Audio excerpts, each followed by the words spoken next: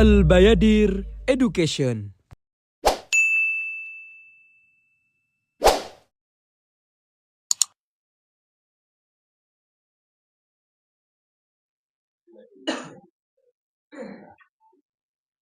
Assalamualaikum warahmatullahi wabarakatuh. Bismillahirrahmanirrahim. Alhamdulillahi rabbil alamin. Wa bihi nasta'in ala umuri dunya waddin. Wassalatu wassalamu ala sayyidina Muhammadin wa ala alihi wa sahbihi ajma'in. Allahumma faqihna fid din wa 'allimna ta'wila ya Fattahu ya 'alimu ya Rahmanu ya Rahim. Iftah lana futuhal 'arifin. Allahumma arzuqna fahman nabiyyin wa hifdzal mursalin wa ilhamal malaikatil muqarrabin. Amin amin ya rabbal alamin. Amma ba'du. Alhamdulillah, pada pertemuan sebelumnya kita sudah menjelaskan tentang muqaddimah di dalam kitab Faisalut Tafriqah. Kita juga sudah menjelaskan di mana kitab ini muncul dikarang oleh Imam Ghazali. Berlatar belakang atau dorongan yang membuat beliau mengarang adalah karena ada laporan dari salah satu muridnya yang sangat loyal dengan beliau, melaporkan katanya banyak ulama di luar sana yang mengkafirkan atau menyesatkan Imam Ghazali. Kemudian beliau menjawab semua tuduhan itu dengan menanyakan, memang kalau saya dikafirkan, batasan kafir itu seperti apa? Barometernya bagaimana? Karena sejatinya kalau barometernya hanya sekedar karena saya menyelisihi Imam Asy'ari di beberapa pendapat, kenapa lantas engkau tidak mengkafirkan juga Imam Al-Baqilani? Karena beliau juga menyelisihi Imam Asy'ari. Kalaulah mungkin engkau mengkafirkan Imam Baqilani, lantas barometernya apa? Engkau mengkafirkan Imam Baqilani hanya karena berbeda pendapat dengan Imam Asy'ari. Kenapa malah nggak sebaliknya? Kenapa nggak Imam Asy'ari yang dikafirkan atau disesatkan karena tidak sesuai dengan pendapat Imam Al-Baqilani, gitu ya? Kemudian setelah itu diputar lagi logikanya, gitu ya, diajak untuk, ayo, kalau kamu jawab ini, saya tarik ke sini. Kalau kamu jawab ini, saya tarik lagi ke sini. Kemudian diajak terus untuk berpikir.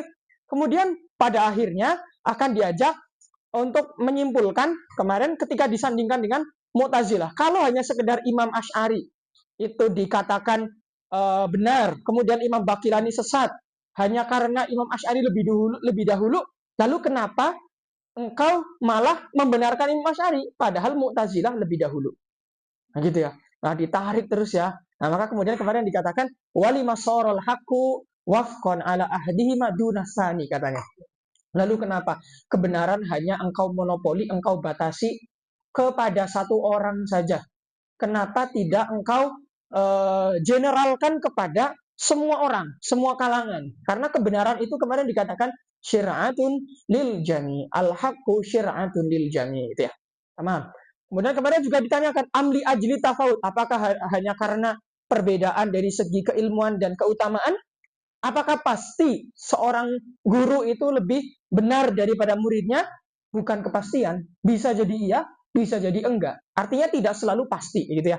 Tamam. Kemudian berikutnya, kemarin fa'in rokhasa ya, ya nggak?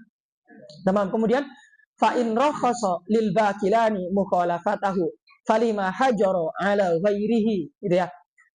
Oke, sekarang kalau memang kamu menganggap Al-Baqilani itu oke, kalau memang kamu mentolerir lah ya, oke, nggak apa-apa lah. Imam Baqilani kesalahnya satu doang, mungkin nggak sesuai dengan Imam Asy'ari dalam satu pendapat. Oke, kalau memang kamu mengkorting ya atau mentolerir ya kesalahan dari Imam Al-Baqilani atau ketidaksesuaian beliau dengan Imam Asy'ari, falimah hajaru ala ghairi. Tapi kenapa kamu hanya memberikan toleransi kepada Imam Al-Baqilani tapi tidak kepada yang lain?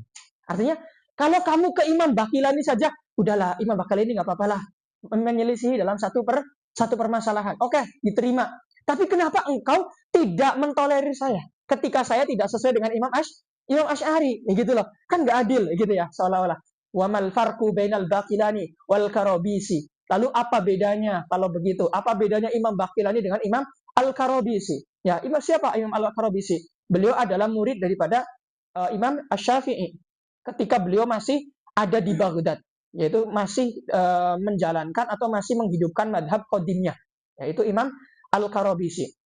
Kemudian wal qalanasi, ya, wa ghairihima, dan lain-lain sebagainya. Kemudian wama mudrakut takhsisi li hadhir rukhsah.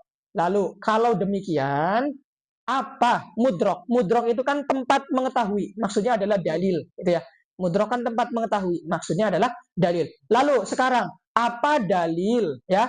Engkau mengkhususkan rukhsah tadi hanya kepada Imam Baqilani. Kepada yang lain engkau keras banget tuh. Bahkan ke saya keras banget tuh. Tapi ke Imam Baqilani, loh kok kendor sekali. Apa dalil engkau kok mengkhususkan kortingan ini ke Imam Al-Baqilani, gitu ya. Wa in za'ama anna khilafal Baqilani yarji'u ila lafdin la tahqiqa wara'ahu. Kalau engkau menduga atau menyangka bahwasannya khilaf daripada Imam Baqilani itu hanya kembali ke lafaz la tahqiqa wara'ahu, dan tidak ada makna tertentu yang mengakibatkan kepada konsekuensi yang berbahaya, kama ta'assafa bitakallufi ba'dul muta'assibin, ya, seperti alasan yang disampaikan oleh sebagian muta'assibin, gitu ya, yaitu orang-orang yang fanatik, gitu ya, zaiman annahuma jami'an mutawafiqani ala dawamil wujud, seolah-olah mereka menyangka seolah-olah keduanya, yaitu Al-Imam Al-Baqilani dan Imam Asy'ari, itu selalu mutawafikon, seolah-olah selalu pendapatnya sama, gitu ya, ala dawamil wujud, ya, selalu, maksudnya tanpa, tidak pernah ada perselisihan sedikit pun, gitu ya. Wal khilafu fi anna dzalika yarji'u ila dzat. Padahal sebenarnya khilaf dalam permasalahan ini, yaitu permasalahan sifatul baqa, gitu ya, itu kembali kepada zat, au ila wasfin zaidin alaih, atau kepada sifat yang menempel pada zat Allah, ya. Khilafun qaribun. Khilaf yang seperti ini adalah khilafun qaribun la yujibut tasydid. Khilaf yang seperti ini itu khilaf yang tidak begitu berbahaya sebenarnya, gitu ya. Artinya kalau engkau memang menyalahkan Imam Baqilani, anggap saja engkau menyalahkan Imam Baqilani itu. Tapi kan perselisihan di antara keduanya dalam permasalahan sifat baqa itu perselisihan yang sebenarnya sederhana. Tidak ada konsekuensi besar yang nanti membuat salah satunya kafir ataupun sesat. Tidak ada. Itu soal satunya mengatakan al-baqa itu zatnya Allah itu sendiri. Satunya mengatakan al-baqa itu sifat yang berbeda dari zatnya Allah, tapi identik, selalu nempel dengan zatnya Allah. Itu kan pada akhirnya sama. Itu sama-sama ingin menetapkan bahwasanya Allah berwujud dari zaman yang tidak ada awalannya. Kan sama-sama seperti itu. Artinya nggak ada konsekuensi yang begitu berbahaya, gitu ya. Makanya di sini ini khilaf yang khilafun qaribun la yujibut tasydid. Kenapa sampai engkau mengkafirkan? Kenapa sampai engkau menyesatkan?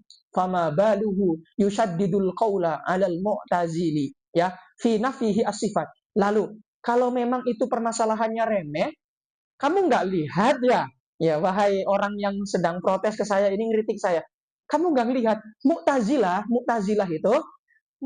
itu ya bahkan bisa dikatakan lebih parah. Tapi kenapa engkau tidak lebih mencela atau tidak lebih mengkritik kaum Mu'tazilah yang jelas-jelas mereka malah menafikan semua sifat?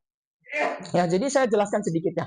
Mu'tazilah itu tidak menetapkan sifat apapun kepada zat Allah. Mu'tazilah hanya menetapkan apa? Zat Allah saja. Kenapa? Karena Mu'tazilah berargumen kalau nanti Allah memiliki sifat, maka akan terjadi adanya ta'addudul qudama. Akan ada banyak kodim. Ya. Mulai tuh, ahli sunnah mulai. Ya juga ya. Santai. Oke, kita belum menggunakan akal kita. Oke, sekarang kita gunakan akal kita. Gimana cara menjawabnya? Cara menjawabnya adalah ta'addudul qudama memang hukum asalnya nggak boleh. Mamnu, haram. Tapi kalau yang diinginkan zatnya cuma satu, menjadi boleh. Ta'addudul qudama yang tidak boleh, itu kalau ta'addudul qudama dalam zat yang banyak. Ya, contohnya, mungkin misal Pirzada ya, dengan alif gitu ya. Kemudian dan seterusnya. Anggap aja. Ini saya lagi nggak menetapkan ya. Anggap aja Pirzada, alif itu semuanya kodim. Nah itu yang nggak boleh tuh menurut ahli sunnah itu. Karena Pirzada zat, alif zat. Itu nggak boleh ta'adudul qudama yang muhal itu. Tapi kalau Allahnya saja, zatnya cuma satu tuh yang qadim, kemudian selebihnya yang dikatakan qadim itu bukan zat, melainkan sifat, itu boleh.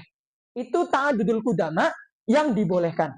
Yang tidak dibolehkan itu kalau zatnya lebih dari satu.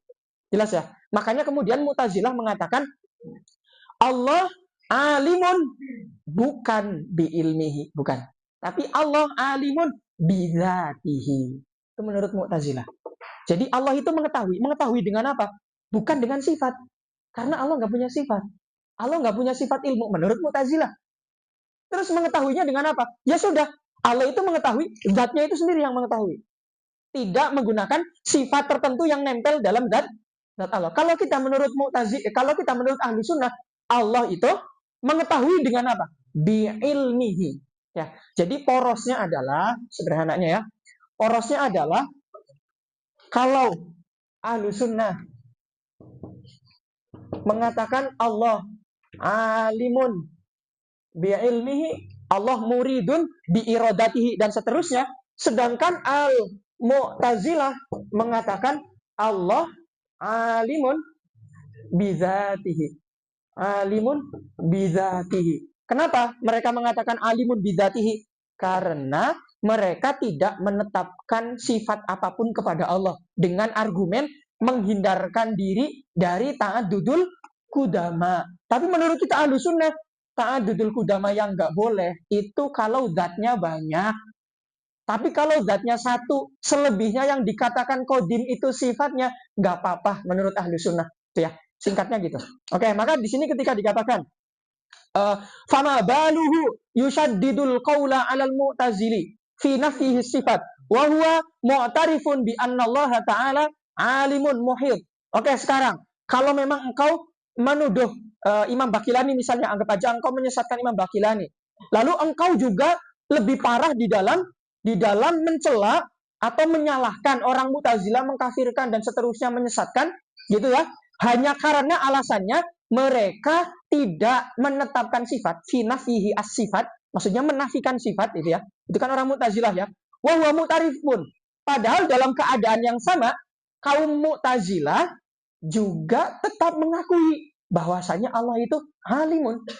Artinya ada kesamaan kan kita dengan Mu'tazilah kan? Sama-sama mengatakan Allah alim kan? Sama. Cuma bedanya kalau kita mengatakan alimun bi ilmihi, Mu'tazilah alimun bidzatihi. Itu ya, bijami ilmaklumat, muhitun, artinya mengetahui semua maklumat, qadirun ala jami ilmumkinat, kemudian mampu menciptakan segala sesuatu yang mungkin. Ya, ingat ya, menciptakan segala sesuatu yang mungkin. Allah mampu menciptakan segala sesuatu yang mungkin. Ini biar menegaskan orang-orang yang biasanya muncul di media sosial sok-sokan keren. Mengatakan apa? Kalau Allah mampu, mungkin nggak Allah menciptakan batu yang besar sekali membuat dia tidak mampu mengangkat? Itu logikanya dia udah salah. Itu. Logikanya udah salah. Jelas-jelas dikatakan Tuhan. Yang namanya Tuhan ya absolut dong. Kuasanya ini nggak ada batasnya dong. Kalau ada hal-hal yang membuat kuasanya itu rendah atau turun derajat gitu ya nggak lagi jadi Tuhan dong. Dari logikanya dia udah salah. Kalau kamu mengatakan Tuhan, harus menetapkan dulu Tuhan itu maha kuasa, tidak ada batas. Kalau kamu mengatakan, mungkin nggak kalau Tuhan mampu kemudian menciptakan batu yang membuat dia tidak mampu mengangkat, itu nggak lagi jadi Tuhan. Itu dalam bahasa ilmu kalam namanya qalbul haqa'iq. Ya, qalbul haqa'iq. Artinya membuat sesuatu. Allah ini kan maha yang maha yang wajib gitu ya. Ya, kemudian menerima sesuatu yang mustahil gitu ya. Mustahilnya apa? Itu tadi, batu yang membuat Allah itu tidak mampu. Makanya dikatakan mumkinat. Mumkinat itu apa sih? Mumkinat itu ma yastawi bainal wujud wal adam, atau ma yaqbalul wujud wal adam. Sesuatu yang menerima keadaan dan menerima ketiadaan. Artinya sesuatu yang mungkin bisa ada, mungkin bisa tidak. Ya, sederhananya gini. Allah itu kan maha yang berwujud. Ya.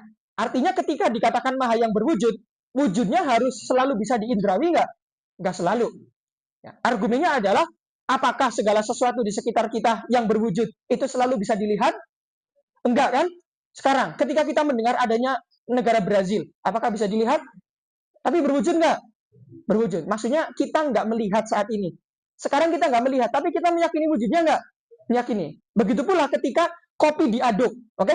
Kopi diaduk, oke? Kemudian melebur bersama gulanya. Kalau ditanya gulanya mana, nggak kelihatan lagi. Tapi rasanya ada nggak? Ada. Artinya sesuatu yang berwujud itu nggak harus selalu bisa dilihat, gitu ya. Tamam. Kemudian kalau begitu sama dong seperti batu. Batu berwujud nggak? Batu berwujud. Allah berwujud nggak? Berwujud. Kemudian pirzada berwujud nggak? Berwujud. Apa yang membedakan batu dengan kita semua? Batu itu tidak hidup, kita hidup, ya nggak? Nah, maka kemudian setelah kita menetapkan wujudnya Allah, kita perlu menetapkan Allah itu hidup, hayyun. Kenapa? Karena tanpa menetapkan terlebih dahulu sifat hayyun, kita nggak mungkin menetapkan Allah punya sifat ilmun, Allah punya sifat kudroh. Kok bisa? Karena ketika saya mengatakan pirzada mampu mengangkat tas, maka harus terlebih dahulu mengatakan pirzada hidup. Coba bayangkan, kita mengatakan batu ini bisa berjalan. Benar nggak pernyataannya? Salah. Kenapa? Karena batu tidak bisa hidup. Bagaimana mungkin dikatakan bisa berjalan? Gitu kan ya? Pirzada dikatakan bisa paham nahu. Kenapa dikatakan bisa paham nahu? Karena dia hidup. Terlebih dahulu dia harus dikatakan hidup. Buktinya apa? Buktinya kalau kita mengatakan batu bisa mengetahui, itu pernyataan yang salah kan? Salah. Kenapa? Karena batu tidak terlebih dahulu ditetapkan sebagai benda yang hidup. Nah, berarti harus tetap dulu tuh sifat hayyunnya. Nah, kemudian setelah mendapatkan hayah, maka kemudian Allah akan dihadapkan dengan sesuatu yang mungkinan. Yang mungkin berwujud, mungkin tidak. Kemudian Allah pilih. Saya milih ini agar berwujud. Milih dulu. Kemudian ketika pilihannya itu menggunakan irodah. Pilihannya menggunakan irodah. Kemudian setelah dipilih, oke, sekarang direalisasikan di kenyataan. Merealisasikannya itu dengan kudroh. Makanya dikatakan ijad. Menciptakan sesuatu dari tidak ada menjadi ada. Merealisasikan. Berarti milih dulu dengan irodah, kemudian direalisasikan dengan kudroh. Sederhananya gitu. Nah, kemudian ketika di sini dikatakan muhitun bi jami'il maklumat, qadirun ala jami'il mumkinat, maksudnya gitu. Karena qadir kudroh, sifat kudroh kan fungsinya adalah mengijad. Mengadakan sesuatu yang awalnya mungkin ada, mungkin tiada, menjadi ada di dalam kenyataan. Itu menggunakan sifat kudroh. Karena bermula dari sesuatu yang mungkin, maka yang bisa menjadi objek daripada sifat kudroh adalah sesuatu yang mungkin saja. Sesuatu yang mustahil kayak batu besar yang membuat Allah tidak bisa mengangkat, itu nggak bisa Allah ciptakan. Bukan karena Allah tidak mampu, bukan. Tapi karena kalau Allah menciptakan hal demikian, maka membuat ketuhanannya hilang. Dan itu mustahil. Gitu ya, teman. Famal farqu bainal khilafain. Lalu, kenapa? Sekarang apa perbedaan antara keduanya? Maksudnya keduanya gini. Kamu ekstrim sekali menyesatkan, mengkafirkan Mu'tazilah, ya. Tapi kalau menyesatkan perselisihan di madzhab Imam Asy'ari, kok kayaknya lebih slow gitu ya, nggak begitu keras ke Mu'tazilah. Memang bedanya apa? Padahal sama-sama di sana ada letak perbedaan, gitu ya. Oke, sekarang perbedaannya apa? Wa ayyu matlabin ajallu wa akhtaru min sifatil haqqi. Ya, sekarang apa yang adakah tema atau pembahasan matlab ya yang lebih berbahaya atau lebih penting ya daripada pembahasan sifat Allah wa nadhari fi nafiha wa isbatiha. Yang mana pembahasan ini merupakan pembahasan yang membahas tentang sifat ini wajib ditetapkan atau tidak. Mana pembahasannya lebih penting dari ini? Fa in qala innama ukafirul mu'tazilah. Kalau mereka mengatakan, ya kalau orang yang mengkritik ini mengatakan saya mengkafirkan Mu'tazilah dan sangat keras dalam membantah Mu'tazilah li'annahu hanya karena Mu'tazilah menganggap anna dzatal wahidah bahwasanya Allah yang satu tasduru minha faidatul ilmi wal qudrati wal hayah, hanya karena menganggap Allah yang satu itu bisa bisa memunculkan, artinya zatnya itu mengandung adanya ilmu, mengandung adanya kudroh, mengandung adanya hayah. Yang mana kudroh, hayah, ilmu, ini semuanya zat Allah, bukan di luar bukan di luar zat Allah, bukan sesuatu yang berbeda daripada zat Allah. Wahia sifatun mukhtalifah. Nah, wahia mukhtalifah, wahia sifatun mukhtalifah. Padahal sifat-sifat ini ilmun, kudroh, hayah kan sesuatu yang memiliki bilhad wal hakikoh, punya definisi sendiri kan, punya mafhum sendiri kan, punya mafhum sendiri. Wal haqaiqul mukhtalifah yastahilu antu sofa bilittihad. Sesuatu yang hakikatnya berbeda itu kan sejatinya tidak mungkin bersatu. Saya dengan misalnya dengan sabik, saya dengan sabik dua hal yang berbeda nggak hakikatnya? Beda. Yang membedakan saya dengan sabik adalah tasyakhusnya. Ya. Saya sama sabik sama-sama hayawanun natik. Tapi yang membedakan saya dengan sabik adalah saya punya karakter fisik yang berbeda dengan sabik. Dari segi hidungnya, dari segi kulitnya dan seterusnya. Itu namanya tasyakhus. Maka hakikatnya berbeda. Hakikat yang berbeda inilah yang membuat saya dengan sabik tidak bisa bersatu. Tidak bisa bersatu. Nah, di sana kalau kamu mengatakan, ya, saya mengkafirkan Mu'tazilah dan keras kepada mereka hanya karena Allah yang satu, kau punya ilmu, punya hayah, yang mana ilmu dan hayah itu punya hakikat masing-masing, yang seharusnya tidak bisa dikatakan bersatu menjadi satu zat, gitu ya. Kemudian, au taqumu maqamaha az-zatul wahidah, atau zat itu, ya zat itulah yang menjadi ilmu itu sendiri, yang menjadi kudrah itu sendiri, yang menjadi hayah itu sendiri. Fama baluhu la yastaba'idu minal asy'ariyyi, ya. Qaulahu innal kalama sifatun qaimatun bidzatillah. Lalu keadaan yang seperti ini, ya, apakah keadaan yang seperti ini tidak kamu anggap jauh? Maksudnya adalah keadaan seperti ini kan sama aja dengan pendapat daripada ulama Asy'ari atau Imam Asy'ari yang mengatakan innal kalam sifatun wahidah. Kalam itu kan satu sifat, kan ya? Satu sifat. Kemudian qaimatun bizatillah, nempel di zatnya Allah, identik dengan zatnya Allah. Wa ma'a kaunihi wahidan, setelah kita mengatakan kalam ini satu, setelah itu kita mengatakan kalam yang satu ini dikatakan Zabur, dikatakan Injil, dikatakan Taurat, dikatakan Quran. Yo, apa coba bedanya? Kan sama aja kayak Mu'tazilah ketika mengatakan Allah zatnya satu, tapi sekaligus dalam satu waktu dikatakan ilmun, dikatakan kudroh, dikatakan hayah. Itu kan sama persis ketika kita mengatakan kalamullah satu, betul nggak? Tapi dikatakan Zabur, dikatakan Quran, dikatakan Injil, dikatakan Al-Quran. Bedanya apa kalau begitu? Kamu kok ke Mu'tazilah keras banget, ke Imam Asy'ari kok kayak biasa aja. Padahal intinya kan sama. Ini bukan berarti Imam Asy'ari lagi membela Mu'tazilah, bukan. Ini beliau itu sedang menunjukkan kepandaian dalam berdebat. Jadi mengajak orang itu untuk mengiyakan subhat yang beliau sampaikan. Ya, seolah-olah, oh iya juga ya, benar juga ya. Padahal enggak juga. Itu disampaikan oleh Imam Ghazali sebagai strategi berdebat. Biar merapukan cara berpikir dia dan menunjukkan ketidakmampuan dia dalam berlogika. Itu doang. Artinya, ya udah kamu itu nggak pinter berlogika, ngapain lawan saya, gitu loh. Itu tujuannya Imam Ghazali di sana, gitu ya. Tamam. Wa huwa amrun, dan dalam satu keadaan kalam itu juga disebut sebagai amrun, juga disebut sebagai nahyun, wa khobarun istighbar, juga disebut sebagai khobar dan disebut sebagai istighbar. Istighbar itu ya istifham, sama aja gitu ya.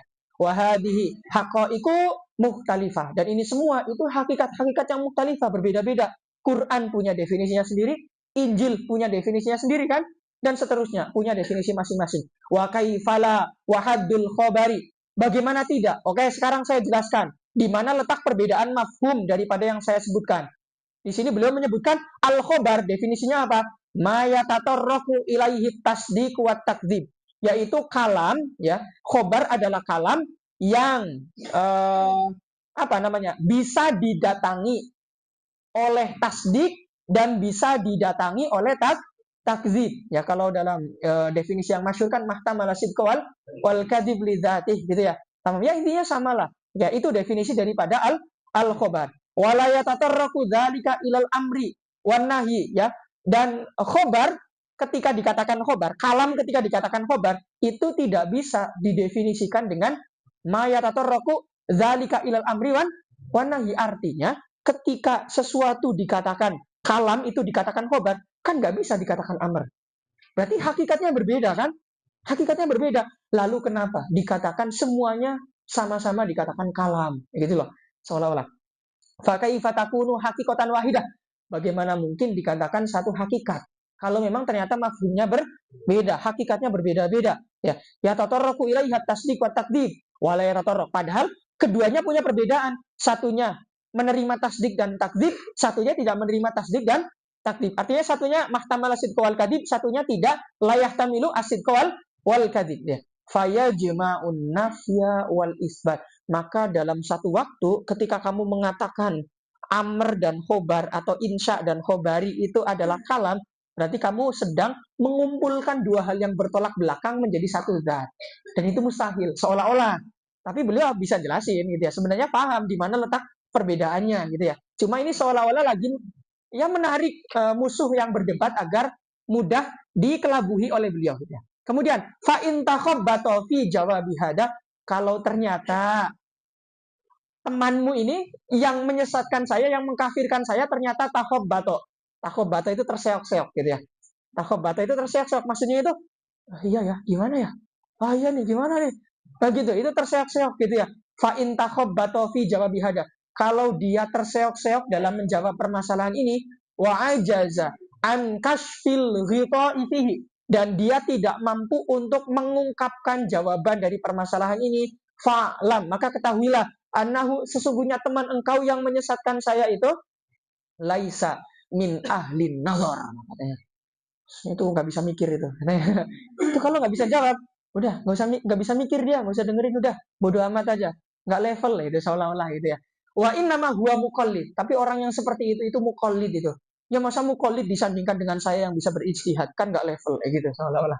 Wa syartul mukallid, padahal syarat mukallid itu apa? Syarat mukallid adalah an yaskuta wa yuskata anhu.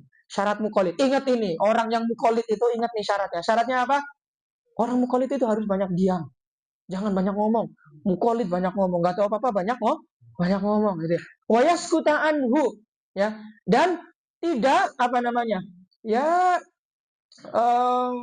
apa namanya? Ya, harus diabaikan gitu ya. Mukallid itu tidak perlu diperhatikan ucapannya gitu ya. Ya maksudnya, iya maksudnya gini, kalau pakarnya bukan di bidang agama gitu ya, ya entah olahraga atau apa, saya nggak mau menyebutkan gitu ya. Mohon maaf ya, jangan mengkritik Ustadz Adi Hidayat, Gus Baha, Saladus Somad, nggak level. Ya, bukan saya nggak membolehkan mengkritik, tapi nggak level. Kamu nggak paham apa-apa kok mengkritik ulama yang sudah hafal Quran, yang Quran itu sudah menjadi bagian dari dirinya, itu loh. Hadis sudah menjadi bagian dari dirinya. Hidupnya dihabiskan untuk membahas ilmu agama. Loh, kamu cuma menurut saya, kok menyalahkan ulama yang sebesar ini?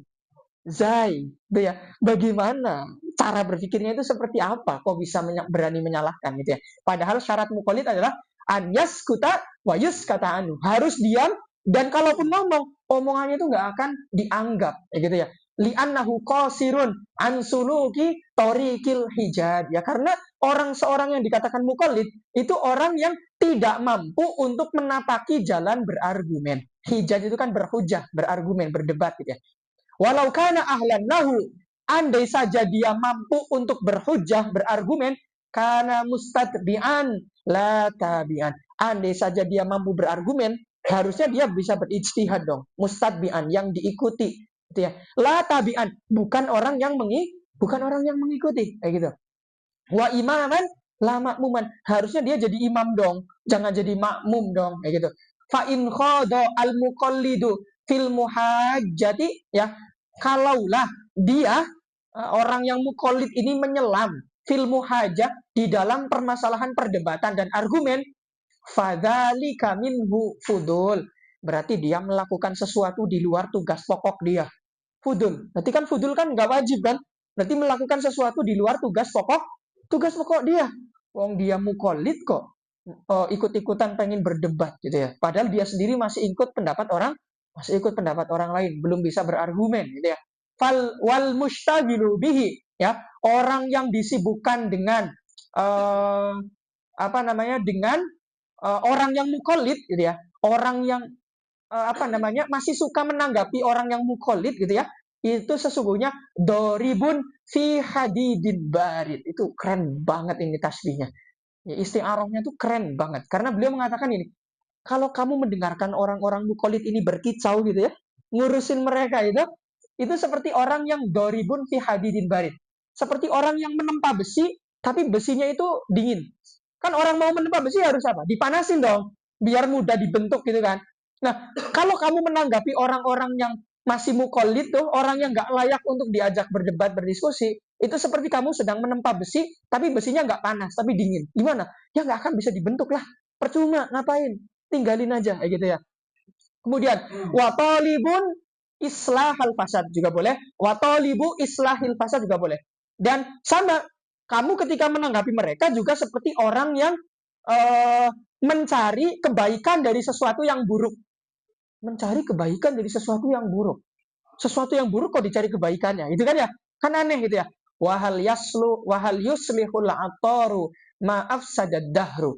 Ini sebenarnya masal ini. Keren banget. Setelah mendatangkan isti'arah, Imam Ghazali mendatangkan masal. Masal itu peribahasa Arab, gitu ya. Ya seperti peribahasa-peribahasa Arab yang lainnya, seperti apa tuh? As-saifa doya'til laban. Itu kan peribahasa kan? Ini juga peribahasa. Peribahasa yang diambil daripada satu syair ya. Apa itu syair? Tawilun berarti ya. Berarti ajuzun tamana antakuna sobiyatan. Kemudian waqadna halal jabbani wahdau dabbad dohru. Kemudian taruhu ilal atari tabaghi syababaha wa hal yuslihul ataru ma'af sadad dahru. Ya. Ajuzun ya. Ini saya jabarkan dulu nih. Ini kan masalnya diambil daripada syair gitu ya. Ya, syairnya apa? Ajuzun tamanna antakuna sobiyatan atau antakuna fatiyatan di sebagian riwayat ya. Ya, ajuzun, ada seorang tua, ada seorang yang sudah tua renta, tamanna antakuna fatiyatan, antakuna sobiyatan. Tapi dia berharap agar bisa menjadi muda lagi, agar menjadi sobi lagi gitu ya. Tamanna kan berarti ba'da apa bu'dul manal gitu ya. Mengharapkan sesuatu yang hampir mustahil dicapai gitu ya. Atau sangat jauh untuk digapai gitu ya. Itu menggunakan tamanna gitu ya. Oke. Ada seorang sudah tua renta, dia mengharapkan bisa kembali muda lagi gitu ya. Kemudian waqadna halal jabbani ya. Waqadna halal janbani ya. Wahdau dabad dhahru ya. Padahal dia sendiri nahalal jamban. Janbun itu kan pinggang ya. Janban berarti dua pinggang. Padahal dua pinggangnya ini sudah apa? Sudah kurus ya, sudah kurus. Kemudian wahdau dabad dhahru. Kemudian ini pinggangnya udah ihdaudaba itu membungkuk kayak gitu ya. Kemudian taruhu ilal atari tabghi syababaha. Kemudian dia pergi ke Atoroh. Atoroh itu apa? Ya kalau zaman dahulu apotik ya, yang jual-jual obat itu ya, ramuan herbal gitu ya. Antoro kan ya. Ya, kemudian si Aljus ini pergi ke Atoro gitu ya, ke tempat penjualan obat-obat herbal gitu ya. Tabghi syababah, mencari apa? Ya mencari obat agar dia bisa muda lagi. Tabghi syababah gitu ya, mengharapkan muda dirinya kembali muda lagi gitu ya. Maka kemudian ini lanjutnya, wahal yuslihul atoru maaf sadadahru. Sekarang apakah nih obat itu yang kamu cari di Atoroh itu bisa mengembalikan sesuatu yang sudah rusak karena zaman, gitu? Kan nggak bisa ya, nggak bisa. Maka kalau menanggapi orang-orang yang kayak tadi tuh, orang yang mukallid kok banyak mengoceh gitu ya, banyak mengkritik ulama-ulama besar, udah tinggalin aja. Karena orang-orang gitu nggak akan bisa diobati tuh. Seperti kalau kita mengobati sesuatu yang sudah ditelan zaman, kita pengen membuat dia lebih muda lagi. Ya, nggak bisa lah. Ya percuma, tinggalin aja, nggak ada gunanya gitu ya. Ini adalah masal gitu ya. Masal itu nggak boleh diganti domirnya ya. Karena masal itu sudah tetap. Sekalipun misal ini dipakai untuk laki-laki atau perempuan atau siapapun, domirnya akan tetap sama. Gitu ya. Tamam. Kemudian, wala'allaka in ansofta ya, wala'allaka andai saja engkau objektif gitu ya. Insof itu kan berpikir jernih gitu ya, maksudnya objektif. Andai saja engkau objektif, alim tak, maka engkau akan mengetahui annaman ja'alal haqqo wafqan ala wahidin minan nudhar, bahwasanya orang yang menjadikan kebenaran itu hanya terbatas kepada salah satu mujtahid gitu ya, atau kepada salah satu orang yang mampu berpikir. Maksudnya gini, kalau engkau berpikir objektif nih, engkau akan bisa mengetahui bahwasanya orang yang memonopoli kebenaran itu hanya milik satu orang panutan saja, gitu ya. Maka apa? Fahuwa ilal kufri wa tanaqudi akrob. Orang-orang yang seperti itu sebenarnya lebih dekat kepada kekufuran dan tanakud. Artinya gini, kamu mengkafirkan saya hanya karena kamu mengatakan kebenaran hanya milik Imam Asy'ari. Oke, justru ketika kamu berpikir demikian, itu kamu lebih dekat ke kekafiran dan ketanakudan, ke kontradiktif pikiran kamu. Bagaimana? Bentuk kekafirannya bagaimana? Bentuk kontradiktifnya bagaimana? Kita lihat. Amal kufur. Kenapa kamu dikatakan lebih dekat dengan kekafiran? Fali annahu nazzalahu manzilatan nabiyil ma'sumil ladzi la yathbutul imanu illa bimuwafaqatih. Karena kalau kamu mengatakan kebenaran hanya milik Imam Asy'ari saja, sama saja engkau menganggap Imam Asy'ari itu sebagai nabi yang maksum, tidak boleh salah. Berarti dalam satu waktu engkau seolah-olah lebih dekat menetapkan adanya nabi lebih dari, artinya adanya nabi setelah Nabi Muhammad. Lebih dekat nggak dengan kekafiran? Padahal dalilnya sudah jelas bahwasanya Nabi Muhammad adalah khatamun nabiyyin. Wah, mulai kan? Nah, ini cara melemahkan mereka gitu ya. Wala yalzamul kufru illa bimukhalafati. Dan apa namanya? Ya, seolah-olah kafir itu ya ketika menyelisihi Imam Asy'ari, gitu kan ya. Seperti halnya ketika kita mengatakan orang yang tidak beriman kepada Nabi Muhammad adalah kafir. Kemudian kamu menyamakan orang yang tidak percaya, tidak mengikuti Imam Asy'ari adalah kafir. Kan sama saja, dekat dengan kekafiran kalau begitu dong, kayak gitu. Nah, kemudian wa ammat tanakudu. Begitu pula pendapat engkau yang seperti itu lebih dekat kepada tanakud. Tanakud itu berarti mengambil dua pendapat yang saling kontradiktif. Bagaimana itu terjadi? Kontradiktif itu bertolak belakang. Dalam satu waktu mengatakan iya, dalam satu waktu mengatakan tidak. Contohnya bagaimana di sini? Fahuwa anna kulla wahidin minan mudhar. Karena sesungguhnya ya, setiap daripada orang yang ahli dalam berpikir ya, mujibun lin nadhar. Itu harusnya bisa mengajak berpikir, wa muharrimun litaklid, dan mengharamkan kepada taklid. Gini, kamu bertaklid kepada Imam Asy'arian? Ya, ya saya bertaklid kepada Imam Asy'ari. Oke, sekarang. Tapi kamu tadi mengatakan saya kafir. Kalau kamu mengatakan saya kafir, berarti kamu ahli nadhar dong.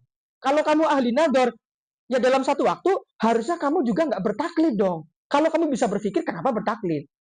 Kalau kamu bisa mendebat saya, berarti kamu mengatakan ahli nadhar dong. Harusnya jangan bertaklid kepada Imam Asy'ari dong. Dalam satu waktu kamu mengatakan saya bertaklid, dalam satu waktu kamu mengatakan saya ahli nadhar. Kan itu ada kerancuan di sana, ada kontradiktif di sana. Mengikuti iya, tidak mengikuti juga iya, kayak gitu. Kerancuannya di sana.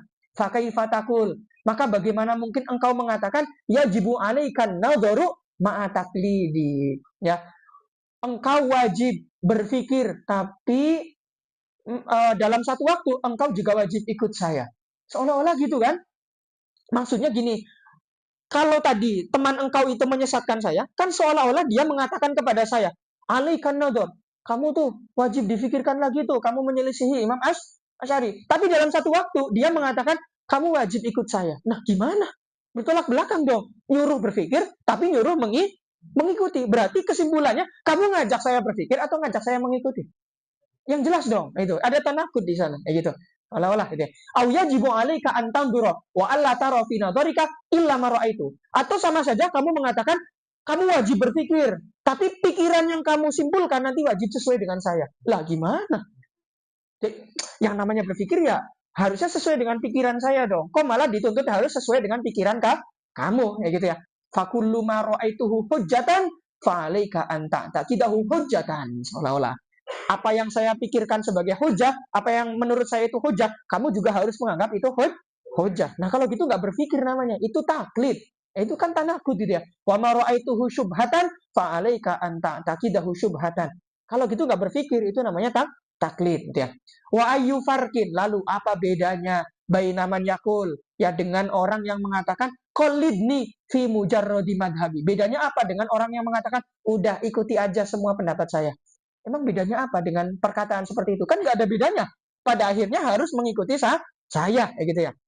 Wabai namanya kul. Lalu apa bedanya juga dengan orang yang mengatakan qallidni fi madhabi wa dalili jami'an. Ikuti madhab saya dan ikuti terima semua dalil saya. Wahal hadza illa tanakut. Bukankah yang seperti ini adalah tanakut? Tentu ini bukan pertanyaan beneran. Ini adalah istifham inkari. Karena kita sudah meyakini ini pasti tanakut. Begitu pula istifham-istifham sebelumnya tuh. Wa ayu da'in yang sebelumnya tuh. Wa ayu da'in akmal gitu ya. Min sayyidil mursalin. Wa qala gitu ya. Itu bukan pertanyaan murni. Itu adalah istifham inkari. Pertanyaan yang tidak membutuhkan jawaban. Tapi kita sudah menetapkan jawabannya. Cuma ditanyakan karena ingin menegaskan akan kebenaran dari jawaban tersebut. Artinya memang beneran ini tanakut. Tidak perlu dipertanyakan lagi. Seolah-olah gitu ya. Kemudian berikutnya. Nah, ini kita masuk ke inti daripada pembahasan Faisalut Afriqah. Ya, mulai nih klimaksnya nih ya. Nah, ya namanya juga kitab akidah ya. Jadi agak panas kan ya. Kalau yang agak dingin-dingin ya jangan ikut kajian Faisal gitu ya. Ikut hidayah gitu ya. Bidayatul hidayah. Nanti di sana akan kita harus mengetahui Allah gitu ya. Kita harus mengingat Allah setiap waktu gitu ya. Kemudian kita harus mencoba sholat ketika sholat mengucapkan takbir Allah itu menghadirkan Allahnya Allah membayangkan semua keagungan Allah. Nah itu di sana gitu ya. Tapi kalau kitabnya Faisalut Afriqah mohon maaf ini agak panas memang ya, agak panas. Kita diajak untuk berpikir dan diajak untuk mencoba mencari kesalahan orang gitu ya. Tapi secara ilmiah nggak apa-apa, bukan secara personal. Personal nggak boleh. Secara ilmiah boleh gitu ya nggak apa-apa. Tamam. Kemudian faslun haddul kufri wal iman. Batasan kekufuran dan batasan keimanan atau definisi kufur dan definisi iman. Oke, tamam. Oke, jadi ini kan intinya adalah Imam Ghazali itu ingin membedakan Islam itu seperti apa, zindik itu seperti apa, kemudian kafir itu seperti apa. Namun sebelum ke sana perlu ditarik ulur dulu dong, mendefinisikan dulu. Karena dengan definisi kita akan mengetahui apa yang tidak masuk dalam definisi. Artinya ketika dikatakan iman, definisinya apa? Berarti yang nggak masuk definisi, oh berarti kafir. Ya gitu ya. Nah ini namanya dalam ya singkatnya gitulah, takut panjang. La'allaka tashtahi, ya la'allaka tashtahi an ta'rifa haddal kufri ba'da an tanaqada indaka hududu asnafil muqallidin. Ya semoga la'allaka di sini lebih ke semoga ya. Semoga engkau semakin tertarik untuk mengetahui definisi kufur. Ya karena tadi kan Imam Ghazali kan tahulah orang-orang yang mengkafirkan dia itu orang-orang yang nggak tahu tuh definisi iman, definisi kafir tuh. Ya kayak orang-orang sekarang netizen itu yang berkicau di komentar gitu ya. Ya. Kan mereka mengatakan, "Ih, apa itu bid'ah? Apa itu? Wah, ini sesat. Syiah nggak bagian dari Islam." Ketika ditanya, "Apa itu Islam?" Ya Islam. Nah, Islam ya Islam. Orang ditanya apa itu Islam ya definisinya, bukan Islam itu ya Islam gitu ya. Ya pokoknya gitu ya. Kenapa kamu mengatakan demikian? Ya pokoknya nggak sesuai dengan saya. Itu bukan argumen gitu ya. Tolong gitu ya. Ya sama aja lah. Itu orang-orang menggunakan perasaan semua itu di komentar itu ya. Nggak udah, jangan diurusin ya. Kita cukup menertawakan aja tuh. Kalau lihat komen itu, diketawain aja. Nggak usah ikut komen ya. Tolong. Sangat mahal di tangan kita ini. Tangan Tolib Azhar sangat mahal untuk mengomentari orang-orang yang seperti itu. Oke? Mohon maaf gitu ya. Oke. Ya semoga engkau semakin tertarik untuk mengetahui definisi kafir. Ba'da antana kodok setelah dijelaskan betapa kontradiktifnya engkau di dalam mendefinisikan ya orang-orang yang layak dikatakan taklid gitu ya. Artinya setelah terlihat engkau itu nggak bisa membedakan engkau itu layak berpikir atau masih bertaklid gitu ya. Semoga engkau tertarik untuk mengetahui definisi kafir. Baik banget Imam Ghazali ini. Beliau itu nggak cuma sekedar melawan, tapi oke, saya kasih tahu lah, kasihan kamu nggak tahu definisi imannya. Oke, sini saya kasih tahu sini kayak gitu ya. Sini saya kasih tahu nih, definisinya gini loh. Gini. Jadi baik banget Imam Ghazali, nggak langsung menyalahkan, dikasih tahu dulu. Ini definisinya gini loh, gimana? Mau berubah pikiran nggak? Gitu. Seolah-olah gitu ya. Baik banget itu. Apa? Fa'lam, maka ketahuilah anna syarha dzalika tawil. Kasihan. Ternyata apa jawabannya? Ya, untuk mengetahui definisi kafir itu panjang katanya. Jadi setelah kelihatan baik Imam Ghazali mengatakan tapi sulit banget loh, mengetahuinya panjang banget loh gitu loh. Yaitu strategi berdebat gitu ya, agar orang yang kita ajak berdebat itu semakin kena mental gitu ya. Coba bayangin, ini kan permainan tarik ulur gitu ya. Coba bayangin, antum mohon maafnya misal menyukai seseorang gitu ya. Misal Banat yang sering ditarik ulur nih misalnya.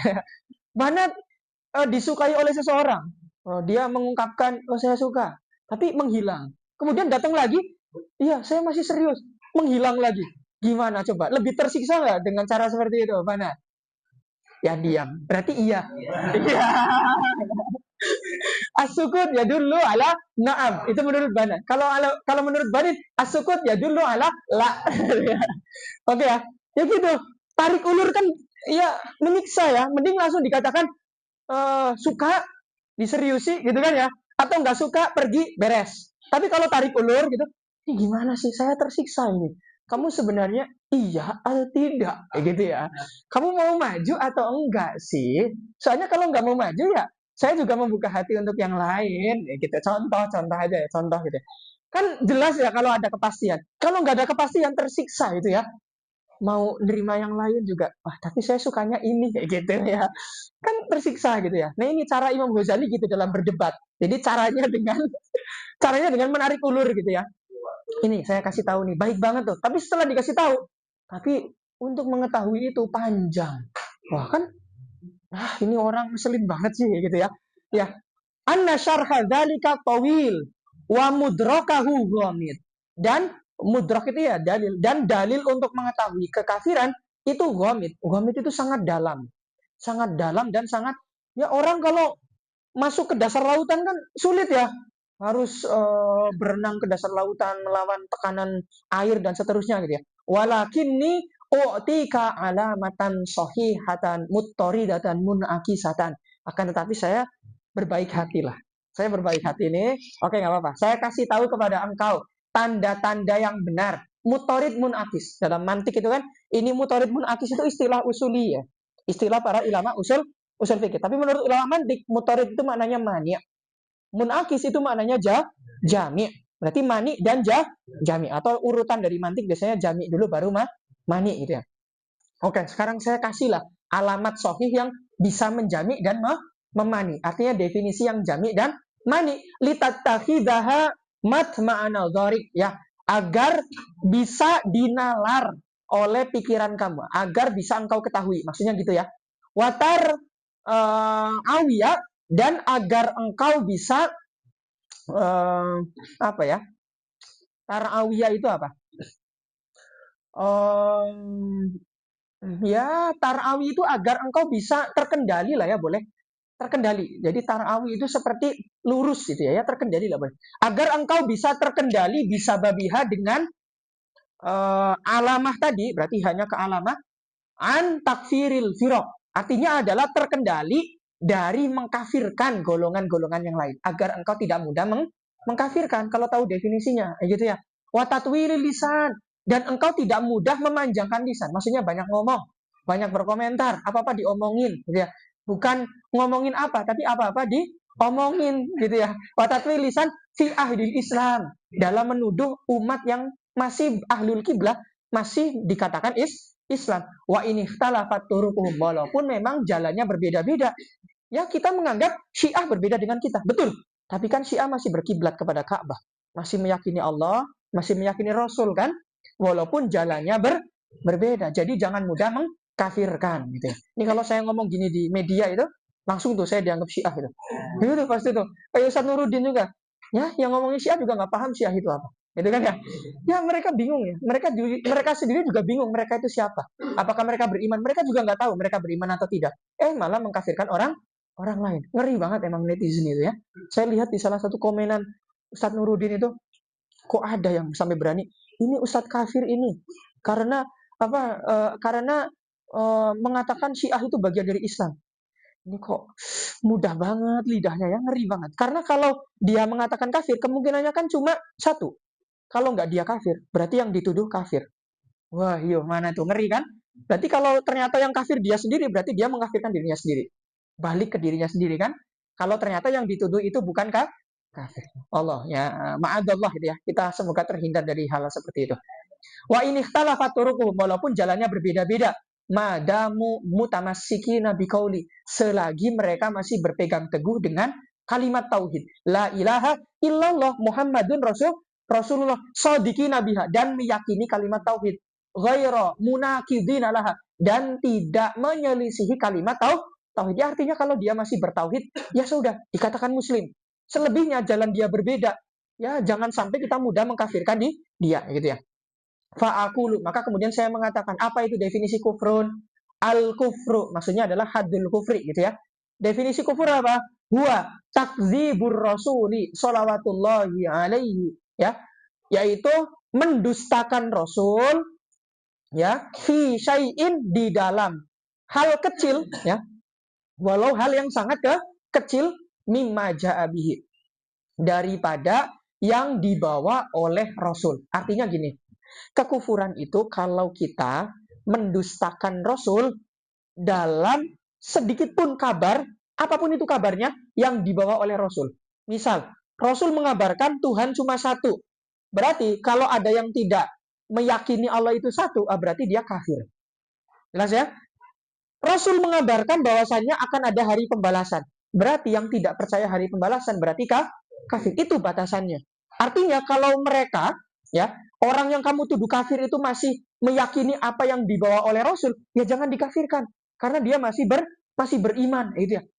Wal imanu. Nah, maka sedangkan iman, wawunya wawu haliyah, ya boleh juga atof, gitu ya. Sedangkan iman adalah tasdikuhu, yaitu membenarkan Rasul fi jami'i ma ja'abi, ya, dalam segala sesuatu yang dibawa atau dikabarkan oleh Rasul. Maka konsekuensinya apa dengan definisi ini? Nih, Imam Ghazali akan menunjukkan. Nih, kalau dengan definisi seperti ini saya tunjukkan nih yang layak dikafirkan nih. Artinya biar kamu tahu mana yang layak dikafirkan, mana yang tidak layak dikafirkan. Siapa yang layak dikafirkan? Yang pertama, fal yahudiyu wan nasroniyu kafironi. Keduanya, orang Yahudi dan orang Nasrani, itu dua-duanya kafir. Kenapa mereka dikatakan kafir?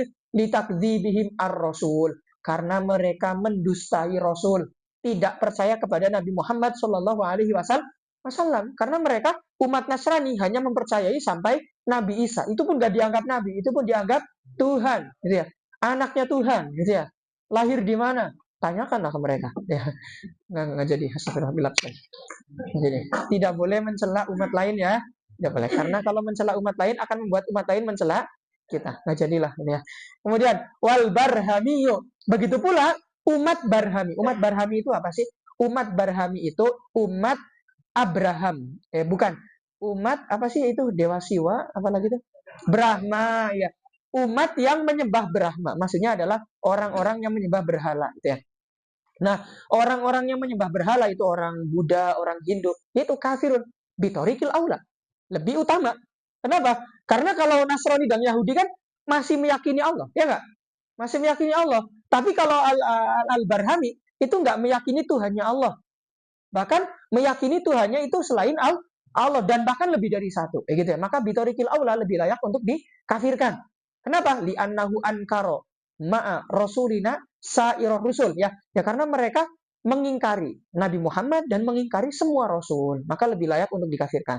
Kemudian kategori yang ketiga yang layak untuk dikafirkan adalah wadahriyu. Ya, wadahriyu ini apa? Ya, kaum materialis, ya. Ad-Dahri itu kaum materialis yang meyakini bahwasanya sesuatu yang layak dipercaya itu hanya sesuatu yang memiliki madah, memiliki materi, ya. Sesuatu yang terikat dengan dahrun, sesuatu yang terikat dengan zaman saja.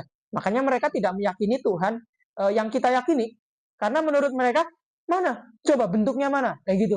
Harus berbentuk Tuhannya, gitu ya. Makanya kaum materialis ini ya kafirun bitorikil aula, lebih layak untuk dikafirkan, gitu ya. Kenapa? Li'annahu ankaro al-mursal. Karena mursil, manis. Karena umat Dahri itu mengingkari mursil, yaitu Allah, dan mengingkari para rasul juga, gitu ya.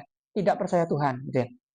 Tamam ya. Kemudian wahada. Nah, ini maksudnya ini apa? Ya, maksudnya adalah kekafiran tadi, ya.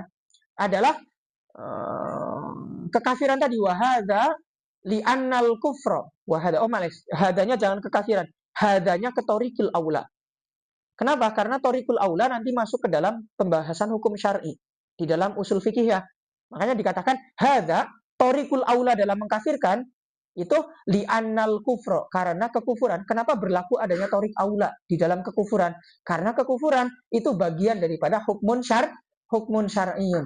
Ya seperti halnya kariki wal hurriyah dan seterusnya. Ya seperti halnya memerdekakan ya, kemudian perbudakan dan seterusnya. Id maknahu, karena makna daripada kekafiran adalah karena makna daripada ya kekafiran adalah al hukmu bi ibahatid dam, yaitu orang yang mendapatkan hukum ya halalnya halalnya darahnya itu halal, kemudian al hukmu bil khuludi finnar, kemudian mereka adalah orang-orang yang mendapatkan hukum akan selamanya berada di neraka. Tapi bukan berarti ketika darahnya itu boleh, itu bukan berarti tanpa aturan ya.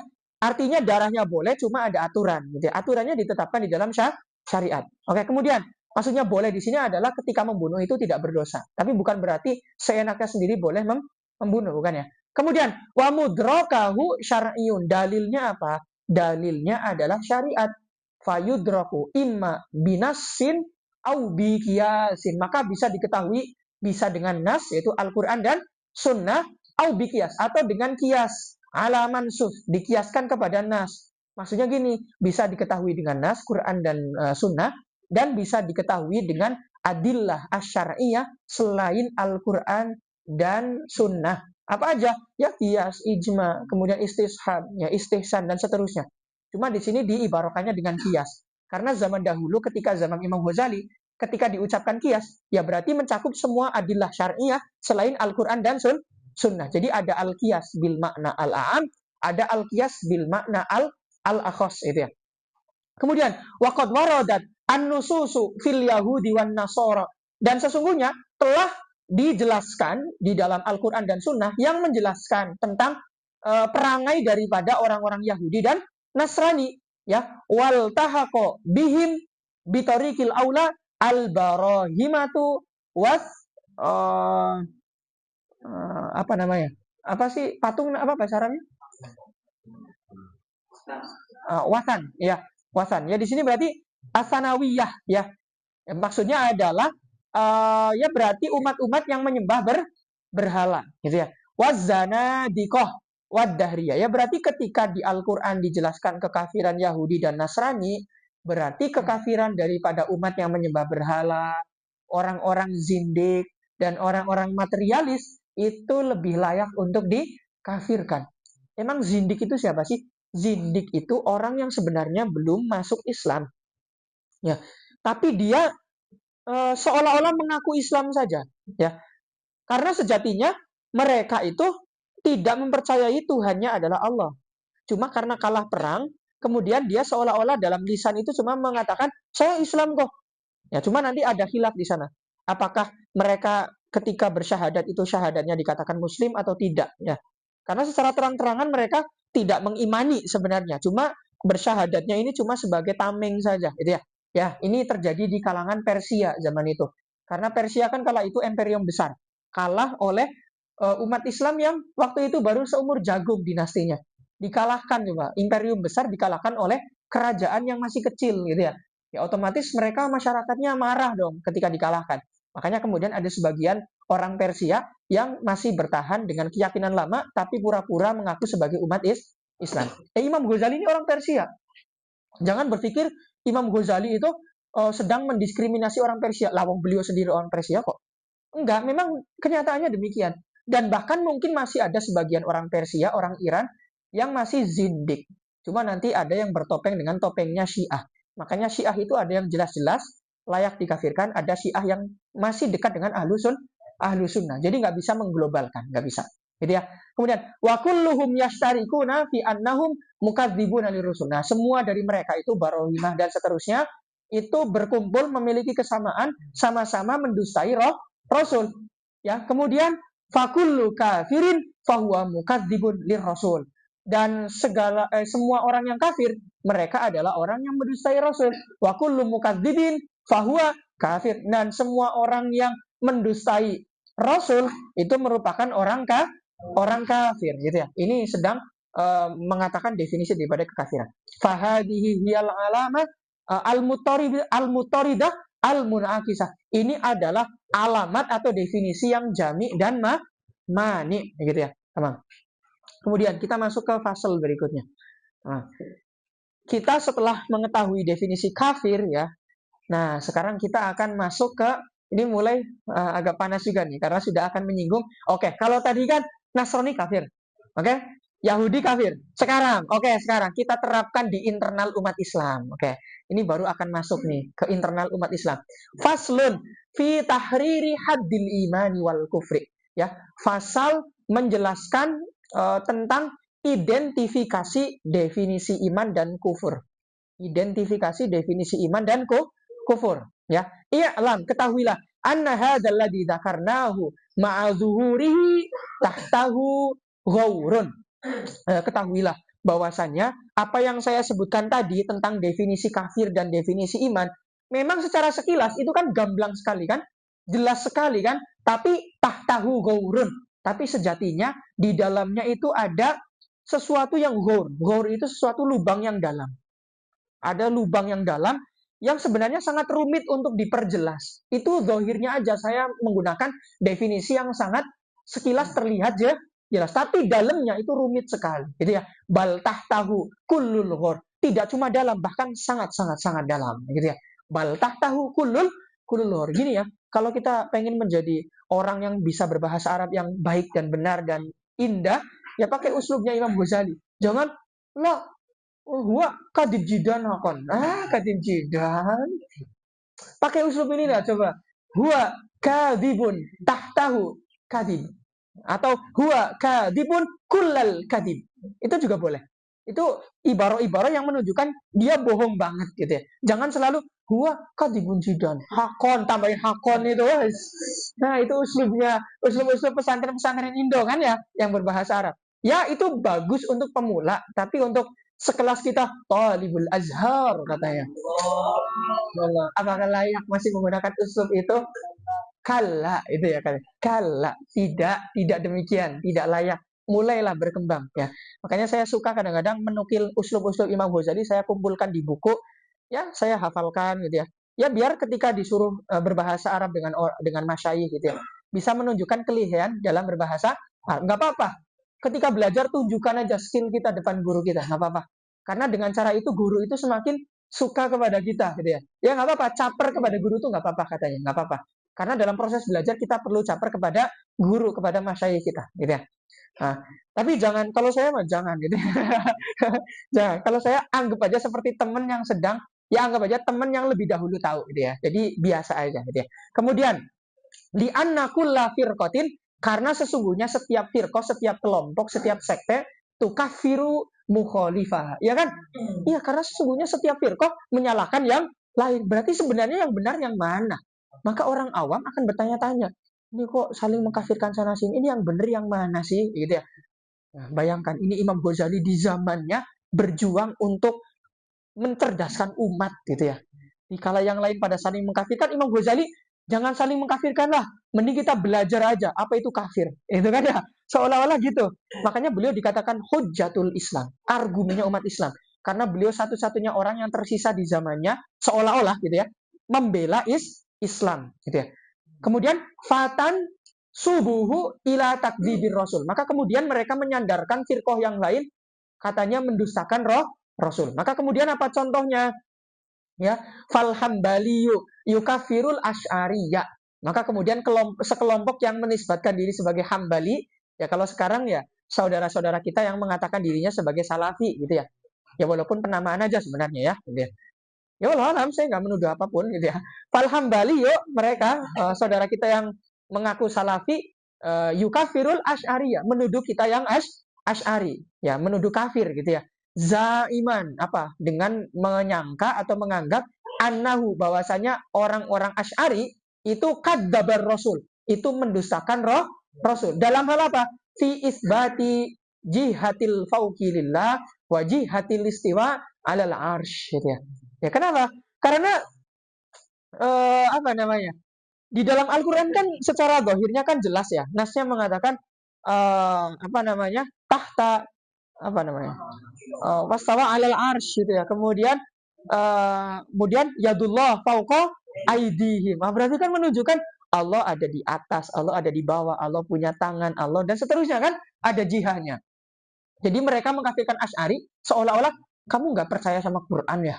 Itu Al-Quran tuh yang ngomong sendiri. Ya, padahal di ayat lain juga ada yang mengatakan laisa kamitslihi syai'un. Ya. Allah tidak serupa dengan makhluknya. Kemudian mereka akan menghilang. Ya, ya Allah punya tangan, cuma tangannya beda. Memang tangan ada yang seperti apa? Ada yang kayak tangan jin gitu atau gimana ini? Gitu ya. Mereka juga akan bingung dalam menjawab, gitu ya. Ya ini semuanya adalah ya berarti barometer kekafiran dan keimanan masih subjektif dong kalau gitu ya. Masih relatif kalau gitu. Padahal realitanya tidak ya. Kemudian wal asy'ari begitu pula sebaliknya. Jadi Imam Ghazali sedang tidak menempatkan sebagai sosok asy'ari, tidak. Tapi sedang menempatkan sebagai penengah dari semua madhab ya. Karena beliau kan mantan penasehat sultan gitu ya. Jadi beliau tahu keadaan perbedaan di kalangan sekte itu seperti apa, perjuangan beliau menyatukan Sunni dan Syiah seperti apa dan seterusnya gitu ya. Makanya beliau berusaha menjadi penengah gitu ya. Ya walaupun ketika beliau menjadi penengah pun tidak disukai oleh orang Syiah. Nggak cuma orang Syiah, ulama Sunni pun ada yang memusuhi Imam Ghazali, lebih karena hasad sebenarnya itu ya seolah-olah gitu ya. Oke, kemudian wal asy'ari yukaffiruhu zaiman. Kemudian Asy'ari mengkafirkan Hambali dengan menuduh apa? Zaiman annahu syabbaha wa kadzdzabar rasula fi annahu laisa kamitslihi syai'un. Gitu ya. Ya karena kalau kamu mengatakan Allah punya tangan, Allah ada di atas, kamu berarti tidak beriman juga dong kepada ayat yang lain yang berbunyi apa? Laisa kamitslihi syai'un. Gitu ya. Kemudian wal asy'ari yukaffirul mu'taziliyah. Kemudian begitu pula orang Asy'ari juga mengkafirkan Mu'tazilah zaiman dengan menuduh annahu bahwasanya orang Mu'tazilah kadzabar rasula fi jawazi ru'yatillah. Dalam mereka orang Mu'tazilah itu mendustai Rasul dalam perihal bolehnya Allah melihat. Bolehnya Allah melihat. Bolehnya Allah dilihat. Mohon maaf. Bolehnya Allah dilihat. Jadi idhofahnya itu idhofatu al-masdar ila maf'uli gitu ya. Yang menjadi mudhof ilaih itu sebenarnya maf'ul daripada ru'yahnya, bukan fa'ilnya gitu ya. Tamam. Maksudnya bagaimana? Gini. Kita ahlu sunnah itu mengatakan Allah itu bisa dilihat ya. Karena dikatakan nanti bahwasannya nikmat terbesar yang akan dirasakan oleh makhluk itu adalah ketika bisa melihat Allah. Ya. Kita makan enak itu bukan nikmat sebenarnya, seolah-olah gitu. Kita bisa tidur di kasur yang empuk itu bukan nikmat. Sejatinya nikmat yang paling besar itu apa? Nikmat yang paling besar itu adalah ketika nanti kita bisa melihat Allah. Gitu ya, itu nikmat paling besar. Melihat Allah itu sesuatu yang mustahil atau jaiz atau wajib.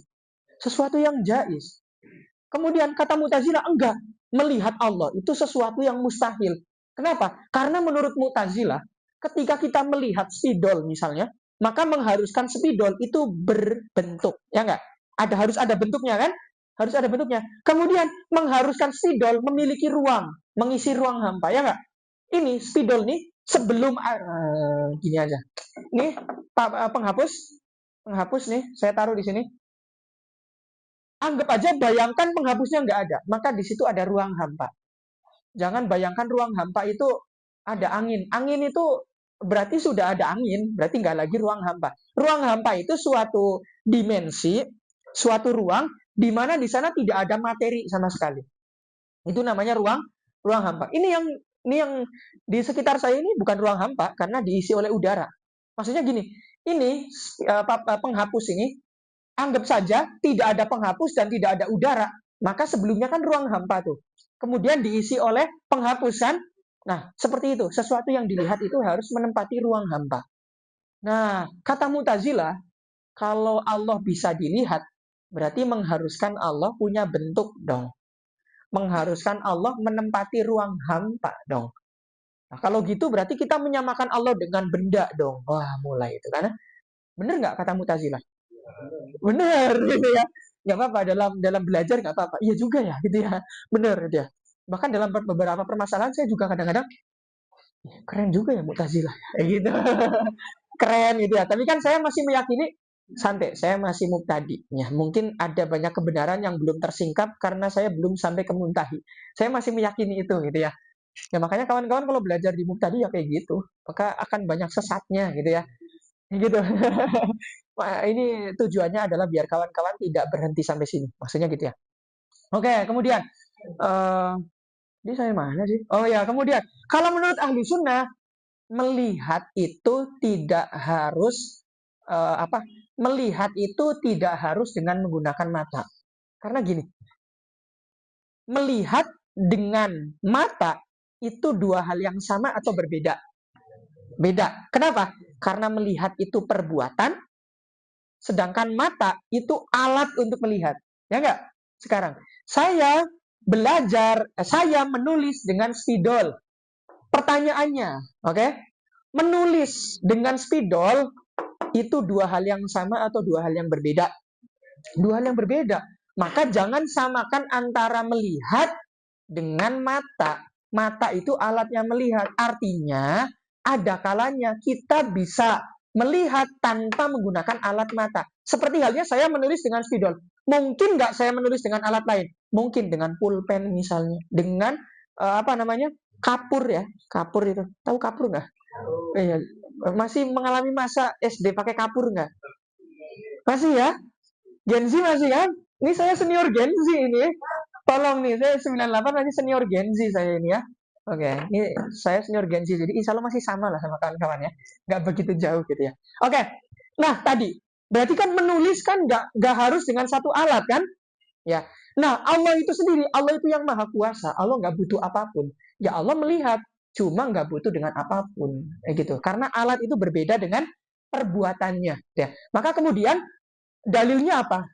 Dalil aklinya apa menurut ahlu sunnah? Dalil aklinya gini, kalau benda kan sesuatu yang berwujud kan ada dua. Sesuatu yang berwujud ada dua. Ya. Al maujud ada dua. Ada yang wajibul wujud, ada yang jaizul wujud. Sesuatu yang berwujud ada dua. Ada yang wajibul wujud, ada yang jaizul wujud. Wajibul wujud itu kayak Allah, zatnya Allah. Yang jaizul wujud itu kayak Zaid misalnya, manusia gitu ya. Itu jaizul wujud. Berarti derajat wujudnya lebih tinggi mana? Lebih tinggi Allah dong. Kalau Zaid saja bisa dilihat, maka Allah lebih aula untuk bisa dilihat. Kayak gitu. Karena derajat wujudnya lebih kuat. Itu dalil kita ahlu sunnah. Itu dalil aklinya ya. Dalil aklinya ada banyak sekali di ayat Quran yang menjelaskan tentang ru'yatullah gitu ya. Paham ya? Sederhananya gitu. Oke, kemudian kemudian mana sih tadi? Wal asy'ariyyu fi ru'yatillah wa fi itsbatil ilmi wal qudrah was sifatillah. Artinya gini, Mu'tazilah Asy'ari mengkafirkan Mu'tazilah karena Mu'tazilah tidak menetapkan sifat-sifat ilmu, kudrah dan sifat-sifat yang lain. Mereka mengatakan Allah alimun bidzatihi. Gitu ya, singkatnya gitu ya. Kemudian wal mu'tazili yukafirul asy'ariyah. Mu'tazilah juga mengkafirkan Asy'ari. Zaiman dengan tuduhan apa? Anna isbatas sifat, bahwasanya menetapkan sifat itu taksirun lil kudama, akan mengakibatkan adanya ta'addudul kudama. Ada hal qadim yang banyak. Wa takdzibun lir rasuli fit tauhid, dan itu jelas-jelas menyelisihi ketauhidan Allah, perintah untuk mengesahkan Allah. Kemudian jawaban kita ahlu sunnah gimana? Ya tadi, bahwasanya nggak apa-apa kan, yang penting zatnya satu, sifatnya banyak nggak apa-apa, yang penting zatnya satu. Poin kita adalah yang nggak boleh itu ta'addudul qudama di adzawat. Kalau adzawat pas sifat zatnya satu nggak apa-apa. Itu menurut ahlu sunnah atau asy'ari. Kemudian wala yunjika min hadhil waratati, ya, dan tidak akan menyelamatkan engkau daripada warotoh ini, daripada kesulitan ini, illa an ta'rifa haddat takdzib, kecuali engkau mengetahui ya definisi takdzib, ya, kemudian definisi tasdik, kemudian definisi atau hakikat daripada keduanya. Fihi yankashifu laka huluwu hadhil firaq, yang mana dengan fabihi maka karena dengan hakikat tadi, hadihima tadi, maka akan tersingkap bagi engkau ya hulu hadhil firaq, ya ekstremisme dari kelompok-kelompok yang saling menyalahkan ini. Artinya gini, kalau kamu sudah tahu definisi takdzib, takfir gitu ya, kemudian apa itu iman, apa itu kafir, kamu akan mengetahui betapa ekstrimnya nih kelompok-kelompok yang saling menyalahkan dan mengkafirkan, ya gitu ya. Fi takfiri ba'diha ba'dun, ya yang saling mengkafirkan satu sama lain. Kemudian fa'akulu, maka kemudian saya mengatakan at-tasdiqu. Apa itu at-tasdiq? Innama yatatarraku ilal khobar, ya. Katanya at-tasdiq itu yatatarraku ilal khobar. At-tasdiq itu hanya bisa masuk di dalam kalam khobari. Maksudnya gitu. Karena al-khobar itu definisi apa? Mahtamala sidqa wal kadhib. Kemudian wa haqiqatuhu. Oke, kalau kita mengatakan at-tasdiq, tadi kan definisi keimanan tadi apa? Tasdiqur rasul, ya enggak? Artinya sebelum mengetahui, artinya kita untuk mengetahui iman perlu mengetahui definisi iman. Apa itu iman? Tasdiqur rasul. Di dalam definisi kita juga perlu mengetahui bagian dari definisi, yaitu tasdik itu apa itu sendiri. Tasdik adalah sesuatu yang bisa masuk di dalam khobar.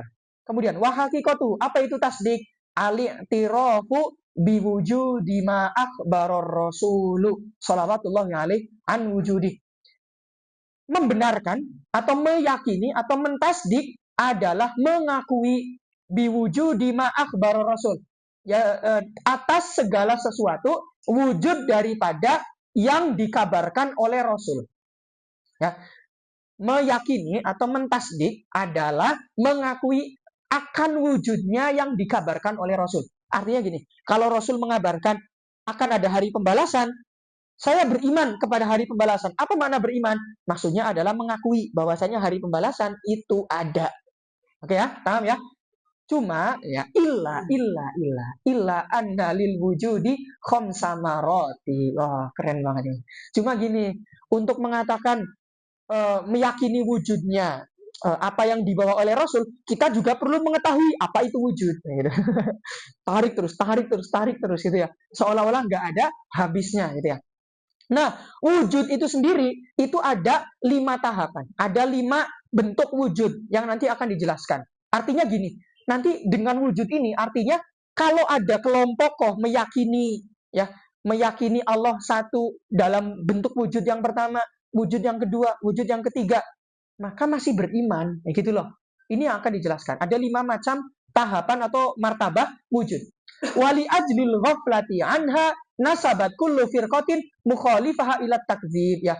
Maka karena kelompok-kelompok ini ghaflah, lupa dengan marotib al-wujud yang 5 ini, maka kemudian mereka akan mudah mengkafirkan satu sama lain. Maka perlu tahu dulu nih wujud apa saja. Apa saja wujud itu? Fa innal wujuda dzatiyun wa hissiyun wa khoyaliyun, ya, kemudian wa aqliyun wa syabahiyun, ya. Ini adalah pembahasan farq daripada ilmu bayan sebenarnya, yaitu pembahasan hakikat dan majaz. Hakikat itulah yang nanti kita sebut sebagai wujud dzati salah satunya. Walaupun nanti ada juga yang mengatakan hissi juga hakikat, tapi nanti khilaf dan seterusnya, gitu ya. Ala kulli hal ini akan farqnya itu lebih ke menetapkan ini hakikat atau majaz. Kalau majaz, wujud yang mana? Gitu. Nah, pokoknya wujud itu ada 5, gitu ya. Wujud dzati, hissi, khoyali, akli, syabahi. Oke. Famani atau rofa biwujudi ma akhbaror rasul, ya. Barang siapa yang mengakui akan wujudnya segala sesuatu yang dibawa atau dikabarkan oleh Rasul, an wujudihi, bahwasanya itu ada, gitu ya, biwajhin min hadil wujud, baik dengan bentuk wujud apapun itu, baik dengan martabah yang pertama, kedua, ketiga ataupun yang kelima, falaisa bimukadzibin alal itlaq, maka dia tidak layak dikatakan kafir karena masih menetapkan wujudnya, walaupun mungkin martabah yang kelima, gitu ya, tamam. Oke, kemudian wal nasroh hadhil asnafal khamsata. Maka kemudian mari kita jelaskan, itu ya, seolah-olah. Oke, let's itu ya. Oke, let's go. Kita jelasin. Oke, apa aja itu 5. Oke, ini inti daripada Faisalut Tafriqah. Oke, hadhil asnaf al khamsah. Wal nadhkur misalaha fit ta'wilat, dan nanti akan dijelaskan contoh-contohnya. Oke, yang pertama, amal wujudud dzati, yaitu wujud dzati. Apa itu wujud dzati? Fahuwal wujudul hakiki, adalah wujud hakiki. Apa itu hakiki? Oke, saya jelasin dulu berarti hakiki. Hakiki adalah apa hakiki? Al-hakiki yuk.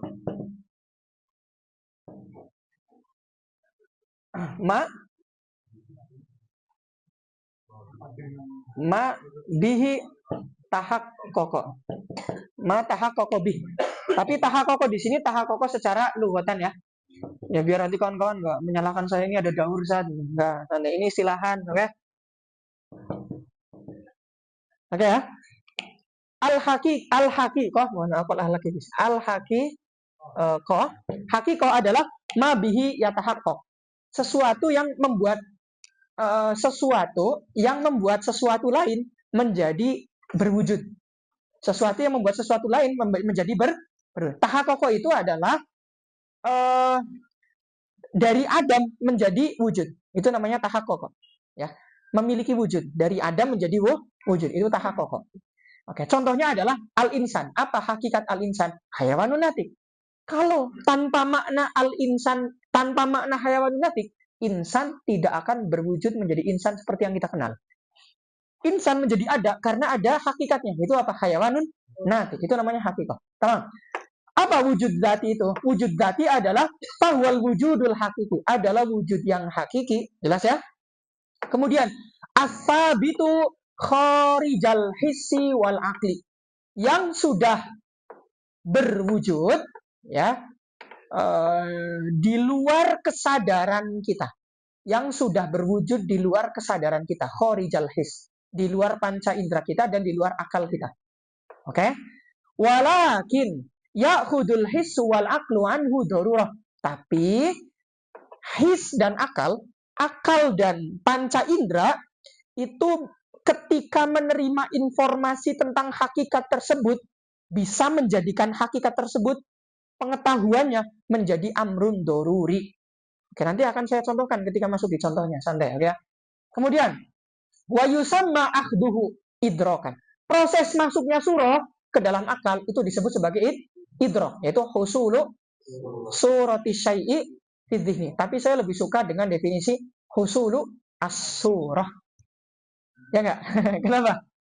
Ya karena kalau dikatakan suratu syai'i, nanti seperti saya mengatakan kolamu zaidin. Spidol ini, atau anggap aja kolamu zaidin. Yang dikatakan miliknya Zaid itu kolam secara seutuhnya atau sebagian kolam? Seutuhnya atau sebagian? Kolamu zaidin. Yang dikatakan kolamnya Zaid, pulpennya Zaid itu seutuhnya atau sebagian daripada kolam? Seutuhnya kan? Sedangkan kita ketika membayangkan, misal saya lihat Abdul. Husulu surati Abdul fi dzihni. Apakah surahnya Abdul yang masuk ke kepala itu semua badannya? Enggak selalu. Kadang cuma wajahnya doang. Ya enggak? Iya, makanya saya lebih suka definisinya adalah definisi sebagian manatikoh yang mengatakan definisi idrok adalah husulu as-surah. Ya, fidzihni. Jangan kalau dikatakan husulu surati syai'i, ya nanti jahal murakab enggak termasuk idrok. Karena sebagian surah yang masuk ke kepala itu layu tobik daripada waki. Maka jahal murakab enggak masuk idrok. Padahal kita mengenalnya jahal murakab bagian daripada idrok. Nah, ya, masih panjang lah ya. Sederhananya gitulah. Oke, kemudian kharijal his. Wa yusamma akhduhu idrokan. Jadi idrok itu apapun surah yang masuk ke kepala, apapun itu. Wahada, contohnya apa wujud dzati ini? Contohnya adalah kawujudis samai wal ardi wal hayawan wan nabat, seperti wujudnya langit bumi. Andai saja nih kita tidak menggunakan akal kita, tidak menggunakan mata kita untuk melihat, panca indera kita untuk merasakan, maka sejatinya as-sama wal ard, bumi dan langit itu tetap berwujud. Wujud secara dzati tanpa kita lihat, tanpa menggunakan mata kita, tanpa menggunakan akal kita. Itu semua sudah berwujud. Itu namanya wujud dzat. Kemudian kita melihat nih, oh bumi ada, melihat dengan mata. Itu menjadikan pengetahuan kita terhadap wujudnya bumi, pengetahuan yang doruri. Jadi mata kita itu cuma membantu mendatangkan pengetahuan. Nah, kemudian ketika pengetahuan itu datang tanpa adanya berpikir, yang kita kenal dalam mantik sebagai ta'amul, oke, proses berpikir, yaitu mendatangkan takrif dan mendatangkan dalil. Kalau proses mendapatkan maklumatnya tanpa definisi dan tanpa dalil, ya maka doruri, gitu. Jadi wujudnya sudah ada, sekalipun kita belum mengetahui, gitu ya. Itu namanya wujud zati. Wa huwa zahirun. Ini adalah wujud yang sangat zahir. Ya. Artinya ini adalah wujud yang pertama kali kita pahami. Ketika kita mengatakan, Zaid ada nggak? Ada. Itu orang yang paling bodoh pun akan memahami wujud itu dengan pemahaman wujud zati. Itu pasti itu. Jadi wujud zati itu adalah wujud yang pertama kali dipahami oleh manusia yang normal. Gitu ya. Tamam. Kemudian, bal huwal ma'ruful ladzi la ya'riful aksaruna lil wujudi maknan siwahu. Ini adalah makna yang paling masyhur, yang mana kebanyakan orang itu ya mengenal wujud itu ya hanya ini, gitu. Tidak yang lain, gitu ya. Kemudian yang kedua, oke, yang kedua, wa ammal wujudul hissi, adapun wujud yang hissi, fahuwa ma yatamassalu fil quwwatil basirati fil aini mimma la wujuda lahu kharijal aini. Wujud hissi adalah segala sesuatu atau wujud yang yatamassalu berarti tergambar, gitu ya. Yang tergambar fil quwwah al basirah, di apa namanya? Di dalam kemampuan melihat, ya. Kemampuan melihat itu apa? Di dalam kemampuan ingatan, maksudnya. Di dalam kemampuan ingatan, mimma la wujudalahu, dari sesuatu yang sebenarnya tidak memiliki wujud di kenyataan.